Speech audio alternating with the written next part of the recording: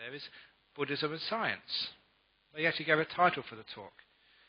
And as soon as I got that title, I thought, that's a good one for this evening, because about a month ago, I think, I was invited to the West Perth Observatory as part of the centenary of Federation celebrations in WA.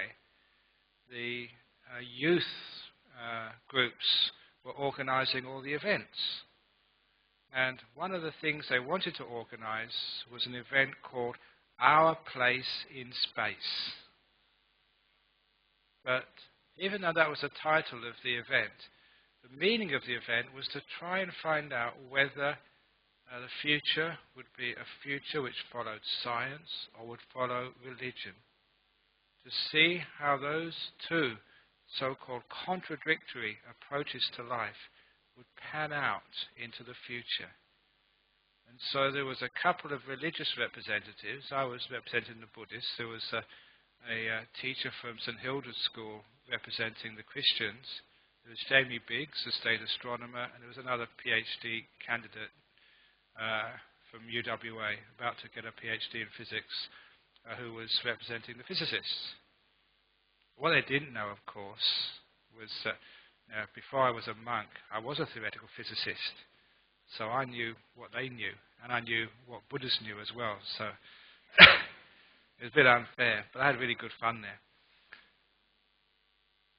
And it was good fun actually talking in front of the audience about Buddhism or religion and science, and how they come together, the dangers in religion and science, and how that they can be used to help people live their life, find a way through their lives in a wise, compassionate, effective way. So this evening I'll talk about Buddhism and science. And I started off, because there's a few kids there, telling them some things which many people just do not know. Because Buddhism is such a wide subject, and there's still many things in the West which people don't know about that great religion, especially from the old suttas, the old scriptures. Do you know who the first person in space was? Who was the first man in space? No. Certainly wasn't Yuri Gagarin. At least it was a Venerable Rohitasa. Because I think you all know that if you really get your meditation together, you can levitate. Now, a long time ago, this is in the suttas, this is in one of the stories. There's no reason to disbelieve it, because it was a hermit who, living alone in the jungles, in the forest, developed his meditation and learned how to rise into the air and fly. Now, this particular hermit, he wasn't just an ordinary levitator. He was a very skillful, one of the best levitators that have ever been, because he decided that he could go so fast, they said faster than an arrow. He decided to try and find out where the universe ends. So one day he decided, off he went. And he went for many, many, many years. Could never find beyond solar systems, into deep space, using the power of the mind to be able to do this. And sometimes people say that's just belief, that's just not real facts. And later on I'll mention a few facts which show that could and probably was real and possible. The thing was, he went, they say, for many, many tens of years and died on the way, never finding an end to the universe. And being reborn in one of the heavenly realms, he went up to the Buddha and actually told his story. In the previous life, as a hermit, he'd been levitating and went forever and ever and ever and died on the journey. First, monkonaut, not cosmonaut, astronaut, hermitnaut, whatever you call it. And died on the journey. And that's where the Buddha actually said to him, you stupid hermit, that's not where you find the end of the universe. The end of the universe can be found within you. Same as the beginning of the universe. He was the astronaut. What it actually was showing was an answer to one of the questions which So often people ask of Buddhists, well, who do Buddhists believe created this universe? They're asking a scientific question, the origin of this universe. And because of the fact that Buddhism is founded on meditation, and that meditation can reveal many, many things, especially deep memories of the past, that monks, nuns, ordinary meditators, they can get to such great meditation and not only levitate, but they can remember previous lives. And many people can actually do that. As I've mentioned here, if ever you have a very deep meditation, you're very, very peaceful, very deep inside, very still. And when you come out afterwards, if it is a deep meditation, you have incredible energy afterwards. You won't be able to go to sleep.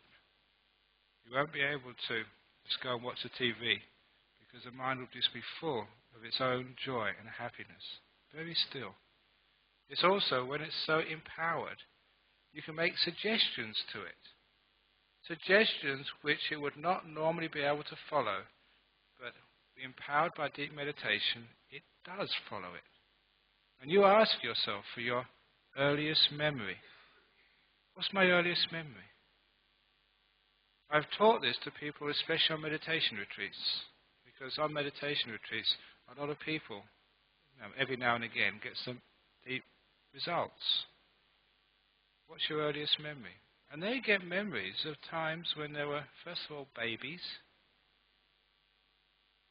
Then they may get memories in their womb. And if they're lucky, they get memories when they were a very old person. Memories of the past. One of the important things with those past life memories is that they are very real to you. It's as if you're back there experiencing it. And anyone who's had a memory like that, there's no doubt in their mind. It's not a maybe anymore. That was them. In the same way you remember where you were this morning, where you had breakfast. You've got no doubts that that was you this morning having that breakfast. I didn't imagine it. With the same clarity or even greater clarity, you remember that was you. Only it wasn't just a few hours ago. It was many decades ago. A different time, a different body, a different life. Now, if you can imagine that people can do that on 9-day meditation retreats, imagine what you do if you're like a monk or a nun who meditates not just for a weekend or for 9 days, 9 years, 29, 39, 59 years. Imagine just how much power you can build up in that meditation.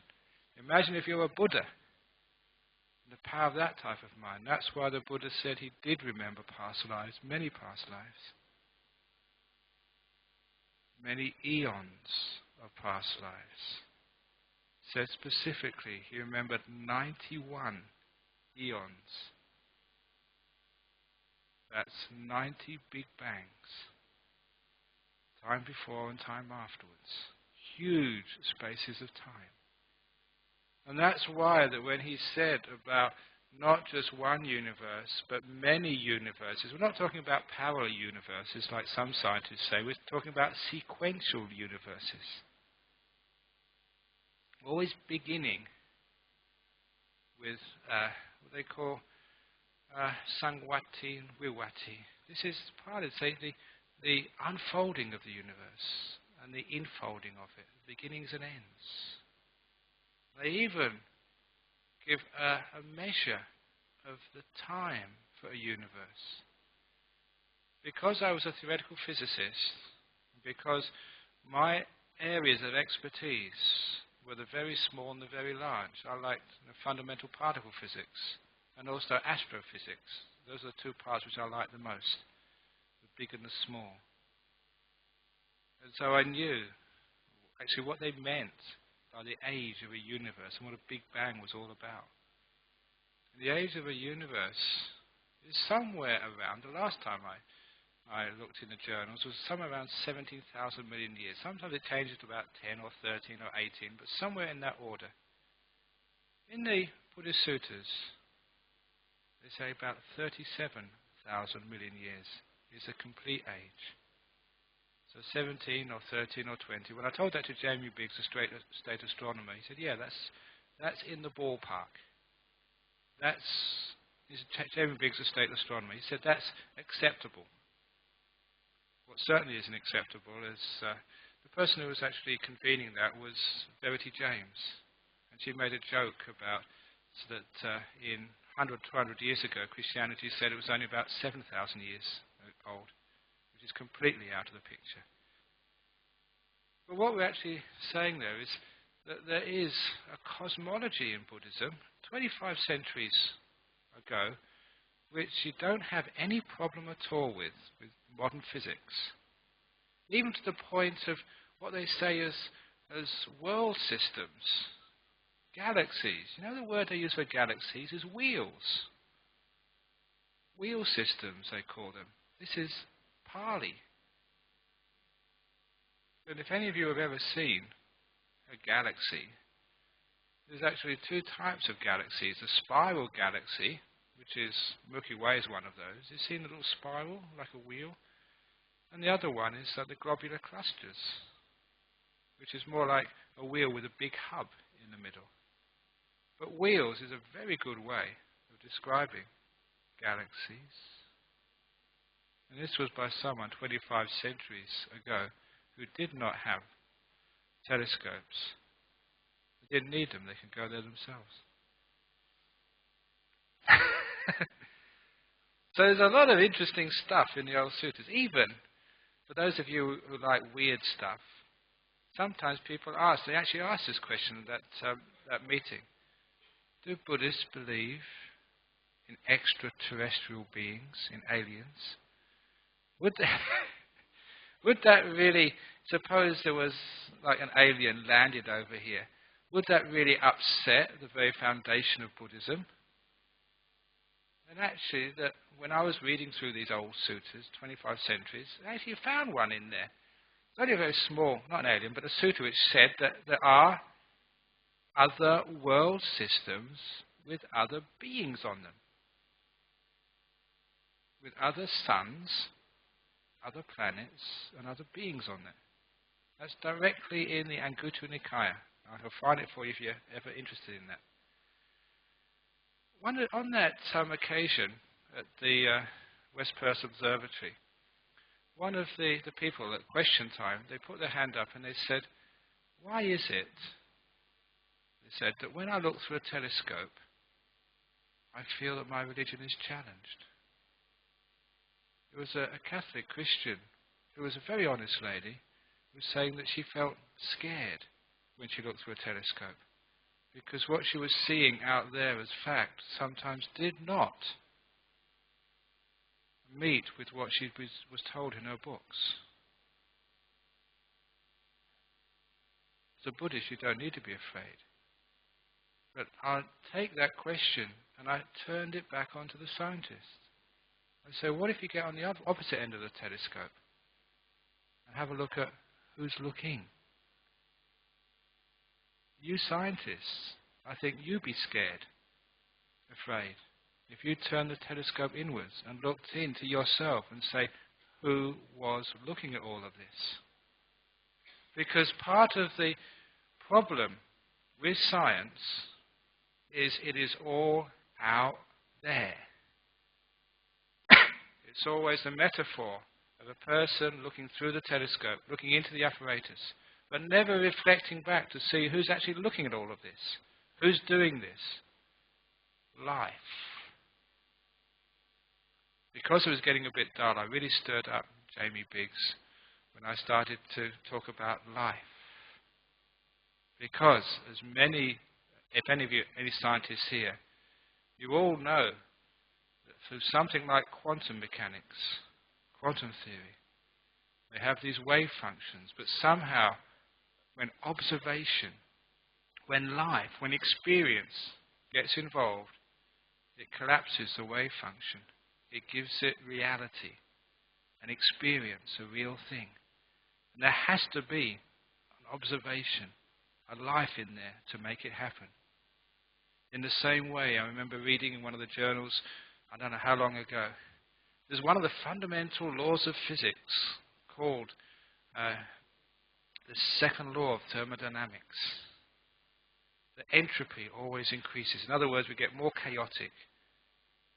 But there was one fellow, I don't know his name, I forgot his name, who won the Nobel Prize for showing that the exception is when there's a closed system and there's life.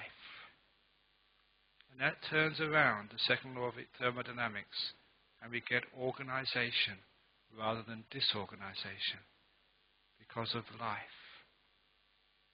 And I was having this lovely argument which really stirred people up because it was getting a bit boring. You know, I like arguments sometimes. It gets people going. With Jamie Biggs, that the universe is a closed system and it's got life in it. That's where there is organization.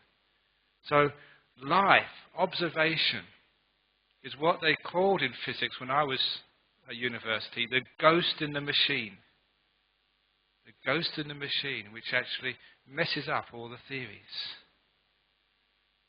This is why I was saying that what we take as science in the universities, in the labs, in the hospitals, it often suffers the same which I would criticize religion for: dogmatism. You know what dogmatism is like in religion? When we have a belief, and whether it fits with experience or not, whether it's useful or not, whether it's conducive to people's happiness, harmony, peace in the world or not, we follow it just because, well, that's my belief. Just following beliefs blindly, dogmatically, is just a recipe for violence, for suffering, for everything. One of the beautiful things about Buddhism, which encouraged me to be a Buddhist when I was young, and which keeps me as a Buddhist, was that questioning was always encouraged. And you did not need to believe. Even to the point that in one of the tales from the time of the Buddha was giving a teaching to his chief monk, Venerable Sariputta. And this was one of those stories which is central to the very ideals behind Buddhism. And after giving this teaching, he turned round to his chief monk, this famous, wise, second in charge, basically, and said, Sariputta, do you believe what I said? And Sariputta, without any hesitation, said, no, I don't believe it, because I haven't experienced it yet. And the Buddha said, well done, well done. That is the attitude which I want to encourage in all my disciples. Not just to believe it, but to keep the open mind until you've experienced it. Now that goes against that dogmatism, that fundamentalism, which you don't just see in religions, but you see that in science as well.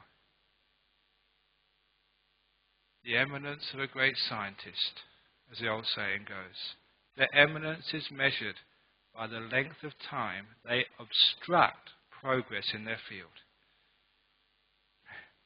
The more famous they are, the more prominent they are, the more their views and ideas are taken to be gospel truth, the more they stop other people challenging them and putting forth a better truth. The way of Buddhism is if you find a better truth, use it. There was this old story in the time of the Buddha about these two people who went looking for some sort of goods or treasure in a town which had been abandoned. And they found, this is an old story straight from the books, they found some old hemp. And so they decided to make a bundle of that hemp and carry it away because they could sell it when they got back. So the two of them make a big bundle of hemp. And then they came across some hempen cloth. One of the guys said, no, what do I need the hemp for? Hempen cloth is better. And the other guy said, no, this is already well bound up. I've carried this for so long already. I'll keep my old lump of hemp. And then they found some flax. And then they found some cotton. And Then they found some cotton cloth. All the time the guy who was carrying the hemp said, "No, it's already okay for me." Then they found some silver, and then they found some gold. And each time, one of the guys would always change what he had on his head for something better. But the other guy kept his old bundle of hemp. And when they got home, they said the guy who had carried the gold, he said, was very popular with his family. And the guy who carried the hemp did not please either himself, his family, or anybody. It was a simile which the Buddha gave of why don't we change our views, our ideas, when we see something better? You know why we don't do that? Because it's called attachment. It's called self. This is my view, and we don't really want to change. We feel comfortable with the old views, even though we know they are wrong. Sometimes our image is bound up with those views, like a scientist is bound up with their achievements, what they've seen so far. And this is the problem called dogmatism. Sometimes, when I say about levitation, some people say, well, that doesn't exist. It's just theory. Wait till you see someone. Even if you saw someone levitate, even if the 3 monks here we just raised up about 2 or 3 feet, wouldn't that be good? Sorry, we can't do that in public. It's against our rules. Even if we did, it would be terrible if we did. It's one of the reasons why we can't do these psychic powers in front of people. If we did, we've already got this movie over here. Someone would probably sell it to Channel 7. And then you get everybody, even from overseas, coming to Perth, not to listen to the Dhamma, not to listen to Buddhism, but just to see the monks do their tricks. And then you get into all sorts of problems with having to demonstrate it every time. The point being here is that that's not what monks are there for, to demonstrate tricks. But, suppose you did do it. A lot of people would say this is just a trick, just like special effects. They're not really levitating. If you don't want to believe it, you won't. This is the problem again with dogmatism. What you don't want to see, you just cannot see. Or you don't want to believe it. In denial. This is why that I was really charging. A lot of scientists are in denial about the truth of the mind. And you've all heard me say before here, that, and I've mentioned this in this seminar over here, because this is one of the easiest, well-known, or should be well-known, cases which really challenge modern science. It's the old case of Professor John Lorber, Sheffield University, and the boy with no brain. And if any of you want to check that out, click onto your internet, Professor John Lorber. See if you can actually find it there, because this is real. Professor John Lorber was a scientist in Sheffield University, whose area of expertise, his area of study, his speciality, was the shape, the anatomy of the human skull. And he would do a lot of research on people whose skull shape was slightly out of the ordinary. And whenever he was walking the corridors of the campus, if ever he saw any student whose head was slightly deformed, he would actually offer them a few pounds of beer money to be able to join in the experiments. And one day he came across a young student whose skull shape was slightly deformed. No other person would ever notice this, but he was the expert. And when he invited this student onto the research program, the first thing he did to the student was to give him a CAT scan, a CT scan of his head. And there he found this boy had no brain. But he was an honours student in mathematics at Sheffield University. And he became the famous boy with no brain. And this is not just a fabrication. That CAT scan has been done again. They've found other people with no brains, especially At this time they were saying during the First World War, when there was such carnage in the trenches of Europe, when people had their skulls literally blown apart by bullets and shrapnel, the doctors there found that many of those corpses, with their heads shattered, were empty. There was no brain there. The evidence of those doctors was put aside as being too difficult to understand. But this Professor Lorber, he went forward with his findings and published them, to the great disturbance of the scientific community. You know how many billions of dollars are going into the research on the brain, and how that the chemical imbalances in the brain and the synapses are causing your depressions or your lack of intelligence or your emotional this or your emotional that. And here is one clear piece of evidence to show you don't need a brain to have a mind.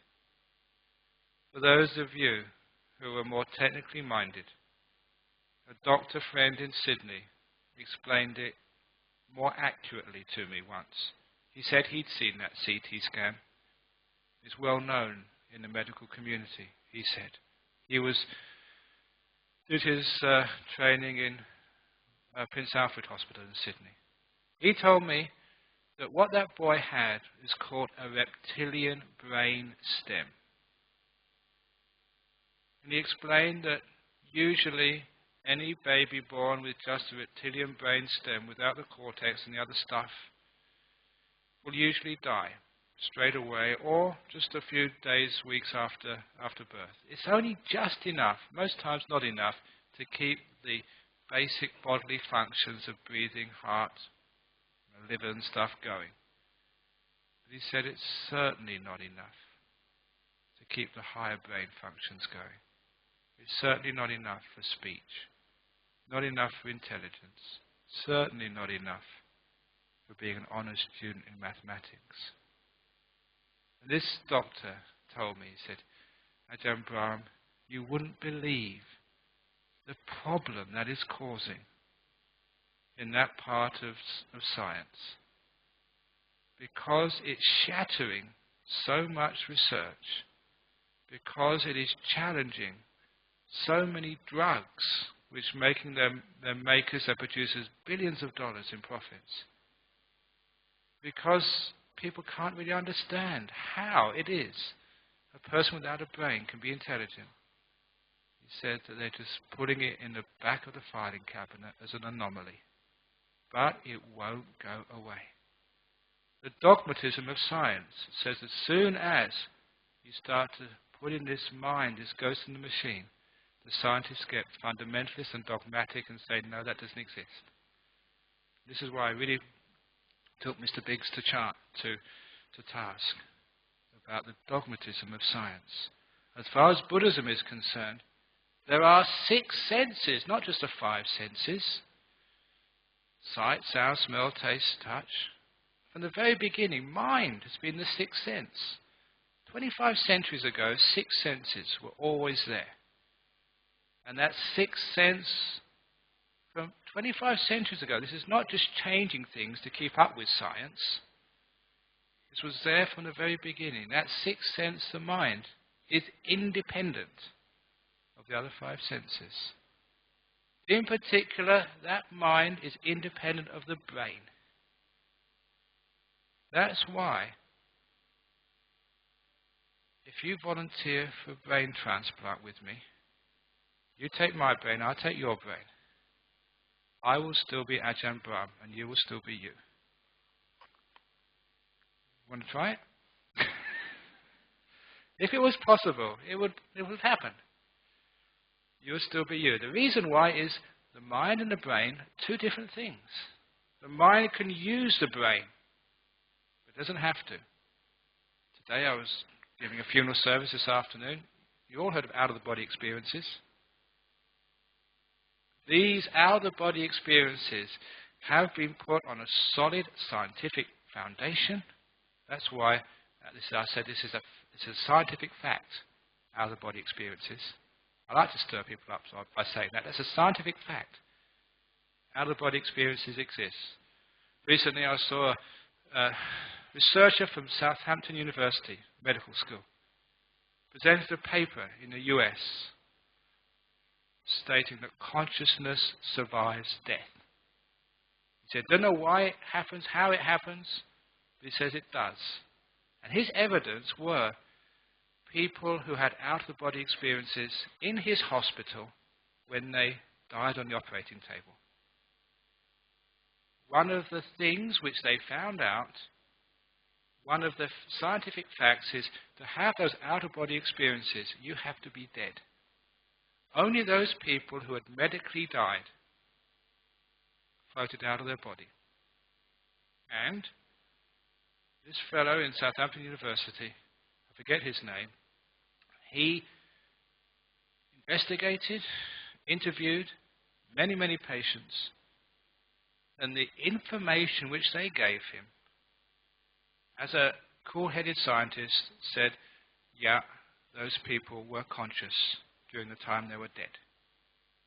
Especially what was very convincing was that they could actually describe through the doctor the medical procedures which were done at the time they were dead. They could describe it as if they were looking at their body from a position above the table. He said, how that happens, he can't explain. Why it happens, can't explain, but the evidence proved to this hard-nosed doctor it does happen. He was repeating some work done by Dr. Raymond Moody in the United States earlier. How could that happen?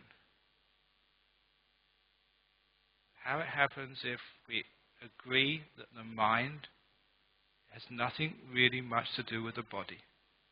Brain doesn't need to be there to have a mind.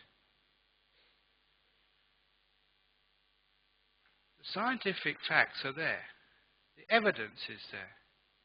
But a lot of scientists don't like to admit those facts. They don't like to draw the obvious conclusions because of dogmatism.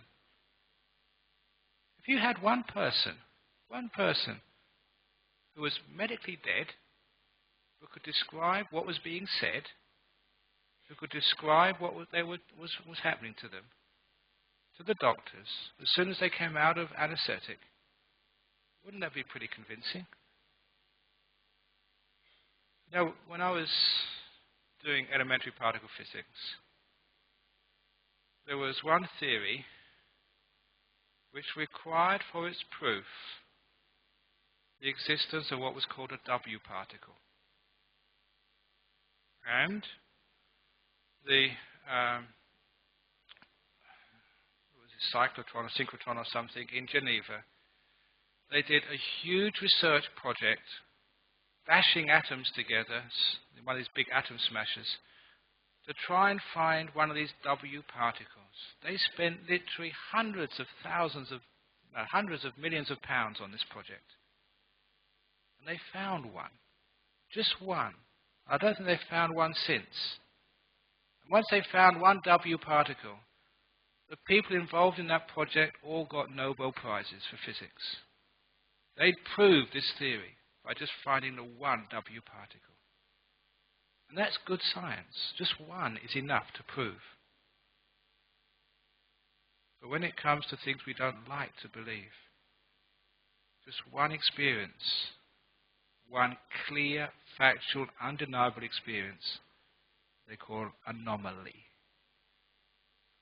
Now, anomaly is a word in science for something we can put in the back of a filing cabinet and not look at again. It's just because it's changing our worldview, changing what we want to believe, threatening our dogma. The point is that that evidence is there. And if one admits that evidence, if one has a scientific method, the scientific method is that the theories have to be abandoned in favor of the evidence, the facts. And that theories, what we call sacred cows in the West, have to be abandoned. If you see something which challenges every theory in science, you have to not just ignore the facts, you have to change the theories. That's also in Buddhism. All the Dharma of the Buddha, everything he taught, if it does not fit experience, you should not take on the Buddha's words in contradiction of experience. That's Kalama Sutta, where the Buddha said, do not believe just because it's said in a book, so even if I say it, don't just believe because it's tradition, or because it sounds good, or because it's comforting to you. Make sure it fits your experience. The existence of life, of mind, if you look carefully, fits experience. The facts are there. However, sometimes in this age we cannot trust the experts. You cannot trust Ajahn Brahm. You cannot trust the scientific journals because people are biased sometimes. Buddhism gives you that scientific method for yourself. It says you can do the experiment and find out if what the Buddha said was true or not. Check out your experience. For example, the experiment, the method to test out the truth of past lives, rebirth, reincarnation. He said, don't believe it, find out for yourself. And he gave a scientific experiment, what you should do. You know what you should do to find out if you had a past life? Meditate. I don't mean just meditating just to make yourself calm and get rid of stress. I mean really meditate, deeply meditate. Get your mind into what we call the jhanas, the deep states of absorption where the body has disappeared, you don't feel, you can't see, you can't hear. Absolutely inside the mind. No thoughts, but perfectly aware, blissed out. If you get into one of those jhanas, and the method, the instructions for the experiment are very clearly laid down. Even in my little book, The Basic Method of Meditation, all the steps are there. If you follow them, and if you invest the resources necessary for doing that experiment, it doesn't not only just one weekend retreat, many weekend retreats, many years sometimes of meditating. If you want to follow that scientific method, after you've gone into a jhana and you emerge afterwards, if then you ask yourself, my earliest memory, you can go back and you will remember. And you will see for yourself the experience of past lives. Then you will know, yeah, it's true, because you have seen and experienced for yourself. If you want to understand the law of karma, which is part of Buddhism, karma, is that just a theory? Or should you believe there's a God up there who decides whether you're happy or whether you're unhappy? Was it just chance? Everything which happens to you, your bare happiness or suffering in life, your joy, your pain, disappointments, is that deserved? Have you done that? Or is it someone else's fault? Or is it just chance? You know, whether we're rich or whether we're poor, whether we're sick, whether we live to an old age or a young age or whatever. Why? You can find that out for yourself. Experience the law of karma, again through that deep meditation. When the Buddha sat under the Bodhi tree at Bodh Gaya, those were the two knowledges, they say, he got before full enlightenment. The experience of the truth of rebirth. The experience of what karma is all about. Not theory, not thinking, not something you discuss around a coffee table, but deep experience. And also the experience of the nature of mind. All the religions in the world start talking about a soul, except Buddhism. A self, an essence of all being, a person, a me. And this is one of the deepest of questions to answer. The ghost in the machine. What is that ghost? Is it a soul? Is it a being? What is it? When the Buddha said there's no one in there, he never meant that to be believed. He meant that to be experienced. He said this is a scientific fact. There's no one inside of you. But, like any scientific fact, it has to be re-experienced, each one for themselves. Pachatang veditabo vinyuhi. Many of you chanted that in the puja just before I came in. Basic, fundamental, scientific Buddhism to be experienced each person for themselves. You keep an open mind. You don't believe there's no self. You don't believe there is a self. Both are dogmatism. What you take that open mind and you do the experiment. The experiment of Sila Samadhi Panya. Virtue, meditation, insight. Basic Buddhism. Do the fundamental experiment which the Buddha did under the Bodhi tree. Repeat it and see if you get the same results. The result is called enlightenment. Many men and women have repeated that experiment over the centuries. That's where we get the enlightened arahats from. They're ones who've done the experiment and found the result. That's why that Buddhism always has been a scientific way of finding out for yourself the truth of these things. On the way to enlightenment, which might feel a long way for you, there's also the scientific way of finding out what most people are interested in. Happiness. What is happiness? A little party trick for you. A little trick which is very wonderful to demonstrate to people the existence of the mind. We had some students from the Islamic school came to our monastery on Thursday. I was trying to teach them some Buddhism. I asked them, are you happy? Put your hands up if you're happy now. Oh, you're all miserable. One person, that's all. Come on. Are you happy? Okay. All those people who put their hands up saying they're happy. With your index finger, can you now please point to their happiness? Can you point to their happiness?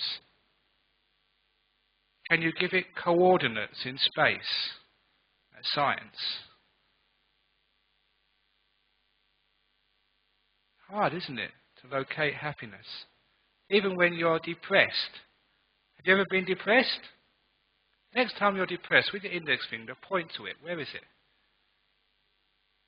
You know why you cannot locate depression or happiness? You cannot give it coordinates? Because these things reside in the mind, not in the body, not in space, in the mind. And the mind is not located in space. That's why after a person dies, they become a ghost. Ghosts can appear all over the world immediately. Sometimes people ask, how can that happen? How can a person who dies, say, in New York, appear in Perth immediately? Because the mind is not located in space. That's why. In the same way, you cannot point to happiness. You cannot point to depression. But it's real. Were you imagining that happiness? Do you imagine depression? It's real. You all know that. Because it's part of the mind. The mind is. It's not in the brain. People have no brains. It's not in the heart. You can take out your heart and have a false heart. Or have somebody else's heart. Transplant. You can transplant the whole body. That's why Buddhists have no objection at all to cloning. If you want to clone me, you can go for it. But don't think that if you clone Ajahn Brahm, that you'll be able to have an Ajahn Brahm who goes to Singapore this evening, and another one who stays here for next Friday night's talk, and one who can stay in the monastery, and one who can go to Sydney, and one to Melbourne.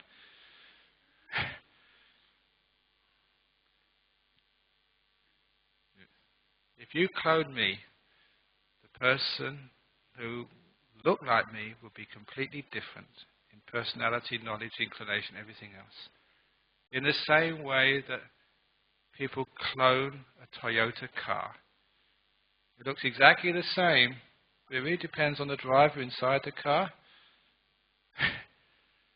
This is all cloning is. It's just body. You're just making another body up. Sure, it looks the same, but is that all that a person is their body? Haven't you seen identical twins? Are identical twins the same personality? Are they got the same intelligence? Have they got the same inclinations? Do they even like the same food? Usually no. That's a clone. So sometimes I get sort of really tear my hair out if I wasn't a monk. Why are people making all this problem about cloning? If they want to go for it, go for it. It's just body, all this stem cell research. If it's going to help people, go for it. It's going to help people. What's the dogmatic, unscientific, unreligious objections to these things? Absolutely stupid as far as I'm concerned. Clone as much as you want. You're just creating more bodies, streams of consciousness to come into. Where those streams of consciousness come from, their past lives, who knows? You'll never get the person you expect. If you've got Einstein's brain, apparently there's a movie about that or something, if you get part of his DNA and you clone a new Einstein, he will look the same, but he won't be half as clever, I guarantee. Stem cell research, that's not a being there. The being hasn't come in yet. In Buddhism they say a being descends into the mother's womb at any time from conception until birth. Sometimes it doesn't go in there at all. One of the cases of rebirth, those of you who want to look at scientific evidence of rebirth, Professor Ian Stevenson, he spent his whole life putting rebirth onto a scientific basis. If it wasn't for the fact that people just do not want to believe in rebirth, he'd be a famous scientist now. He was at the University of Virginia. He spent a couple of years as a visiting fellow of Magdalen College in Oxford. This is not just some weird professor. He's got all of the credentials. He was actually, his research was funded by the wife of the founder of Xerox. Gave him all the funding for this. I don't know if Xerox to do with reproduction or reincarnation. It's really weird, but these things do happen. But anyway, he found one case, very clear case of a person who remembered their past lives with no way of gaining that information from any other source except that that person was him in a previous life. Only that person died, his previous life died, only a few weeks before he was born. They wondered, all those other months that fetus was in the womb, who was it? As far as Buddhism is concerned, the mother can keep that fetus going, her sort of stream of consciousness. But when another stream of consciousness enters, then it becomes the new person. And that was one case where that stream of consciousness entered the mother's womb when the fetus was pretty well developed. That can happen. That's part of Buddhism 25 centuries ago. Stream of consciousness doesn't enter the mother's womb, stillborn child. Heaps of evidence about that. That's why that when a Buddhist looks through a telescope, they're not scared. They're not scared of science. Because science is an essential part of Buddhism. If science can disprove rebirth, then Buddhists should give up the idea of rebirth. If science disproves non-self and shows there is a self, then all Buddhists should abandon non-self. If science proves there's no such thing as karma, but there's a big God up in the sky, then all Buddhists should believe that. If it's provable. Buddhism has no sacred cows. However, I encourage you to do those experiments. I bet you will find out there is no one in there. You will find out karma. You will find out you've been here before, not your first life. And if you don't behave yourselves. You'll have another life to come yet. If you think you're finished with school and with nappies, do you really want to go through that again? So, be careful. So, science and Buddhism. I think that Buddhism is pure science, which doesn't stop with out there, but which also includes the mind, the being, the ghost in the machine, and doesn't make any anomalies. Picks everything inside, looks at it scientifically, especially with experience, and it's incredibly successful. One of the reasons why people celebrate science is because of all of its achievements in technology. One of the reasons why Buddhism is growing these days, because of all of its achievements in the technology of the mind. How it solves problems, how it explains mental difficulties, and how it succeeds in solving those inner problems in the same way we celebrate science because it has all these great gizmos which actually work. You try some of these Buddhist gizmos. They work. They solve your inner suffering and pain. That's why Buddhism is growing. I think that Buddhism will supplant science. Buddhism and science. Thank you very much.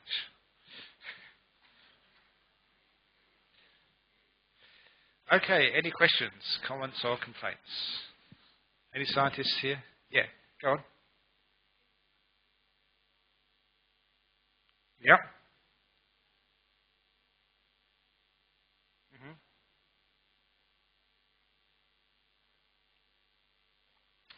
How come the tranquilizers work on a person? I recently read an article in one of the magazines that not so much the tranquilizers, the Prozac. Somebody compared Prozac to placebos and found that placebos work just as well. One of the reasons why such things work is because of belief, confidence. If you're sold this amazing project, this snake oil, that it works, why was snake oil so popular? Why do people swear by snake oil?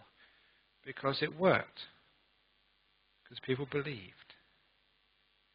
One of the medical experiments which was done not so long ago, some doctors in the US treated people with bad knees.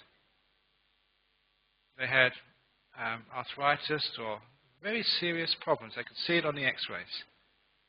One of these doctors, I don't know how he got away with this, but this was reported. He put them under general anesthetic, made an incision on their knee, then immediately sewed it up again and put them back in their beds. Never telling them that all they did was make a scar and sew it up afterwards. They did nothing else. They got everyone to tell the patient that the operation was successful. They should recover. And the patient did recover. Not once, but many times. The placebo effect. They saw the scar, they'd been through the anesthesia. They would never believe that the doctor would just do the cut and then nothing else. And they got better. And this was actually reported, not once, but many times. How did that work? Mind and belief. Where does belief live in the mind? Faith. Why is it that whether it's a Buddhist or a Christian, if they believe so much, they actually do get cured? You don't have to be a Christian. A Buddhist happens as well. How the mind is huge. That's what happens. A lot of those things are belief.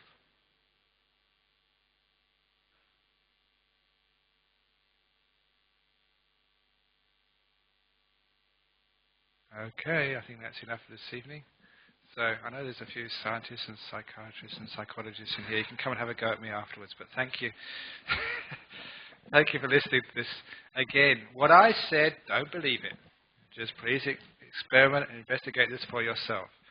So if you don't take those antidepressants and you get even worse, please do not sue the Buddhist Society.